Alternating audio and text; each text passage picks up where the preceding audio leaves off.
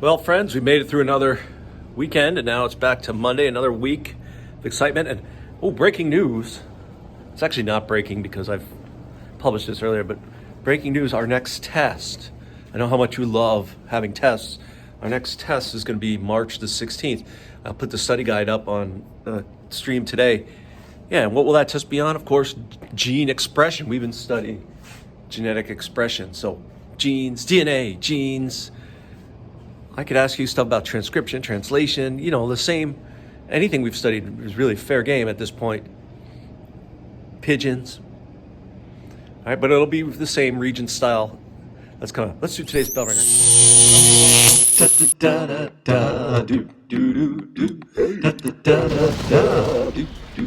All right. Hey now. Mr. Kovacs class. It's Mr. Kovacs class. You might learn a ton. It's Mr. Kovacs class. He's interested too. It's Mr. Kovacs class. And he's super cool. It's Mr. Kovacs class. All right, by now you know some of the basics. I'm hoping that you know, like the words homozygous and heterozygous. Homozygous and heterozygous. Homozygous, heterozygous, right? And then you also know the difference between alleles that are dominant and alleles that are recessive. I'm hoping that you know that by now. And then, of course, you know that genotype is the letter combination, right? The genes you have. Phenotype is how it actually looks. Okay? What's weird, and what I talked about on Friday with you in class, and we'll talk about a little more now, is your genotype determines your phenotype, but that's not all that determines your phenotype. Okay? The way you look is not just your genes. There's some other factors as well. And that's where I introduced you to environmental factors and what we call epigenetics. Let's review that. What's important to understand about genes is they have switches. That is, there are things that turn them on so that they're read, that they're transcribed and translated, and things that turn them off so they're stop being read by your, right? Because different cells need to do different jobs. Because different cells need to do different jobs, they need to switch on the jobs they need to do and switch off the jobs.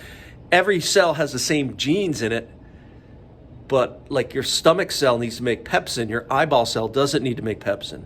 So in your stomach cell, that gene is switched on. In your eyeballs, that gene has to be switched off.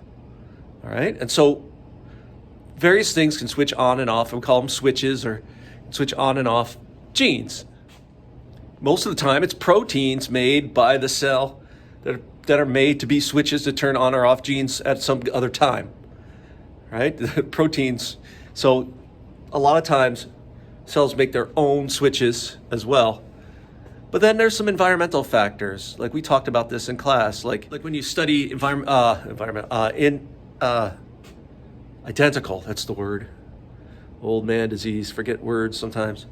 Identical twins, right? If you separate them and you expose them to different environments, you get different outcomes, even though they have the exact same genes. So that's proof, it's evidence that the environment affects the expression of your genes. One of the most classic examples is of the Himalayan furred rabbit. This one you'll see on the regions all the time. In this example, it shows how two twin rabbits with the same genotype for fur color can express different phenotypes based on an environmental stimulus. In this case, temperature. Right? They strap the cold ice pack to the back of this rabbit. Its twin brother over here, no ice pack. Because it's been exposed to different temperatures, its fur color is different, even though they have the same genes for making fur. Right? That's called an environmental effect, or what we sometimes will even call like an epigenic effect, that it's above the genes, right? It's something that affects how genes work. And epigenetics is kind of, I don't want to say it's new, but it's fascinating, because what the evidence is pointing to is that there are things that people can experience in life that will affect the genes that they have, whether they turn on or turn off, and those effects can be passed on to their offspring. And that's what's really interesting about it. Like evidence that there are stresses. People have had stresses in life that have turned off genes. And then when they make egg or sperm cells, those genes are still turned off when they should have otherwise been turned on. So those epigenetic effects can be inherited. What's nice about that is that it shows that that's another way you can manipulate genetic problems, is by manipulating the switches. So yeah, genetics are fascinating. And Mendel was just the first to kind of like break the seal of what's how it works. But the more and more we uncover, the more interesting it gets. All right, let's get to class today.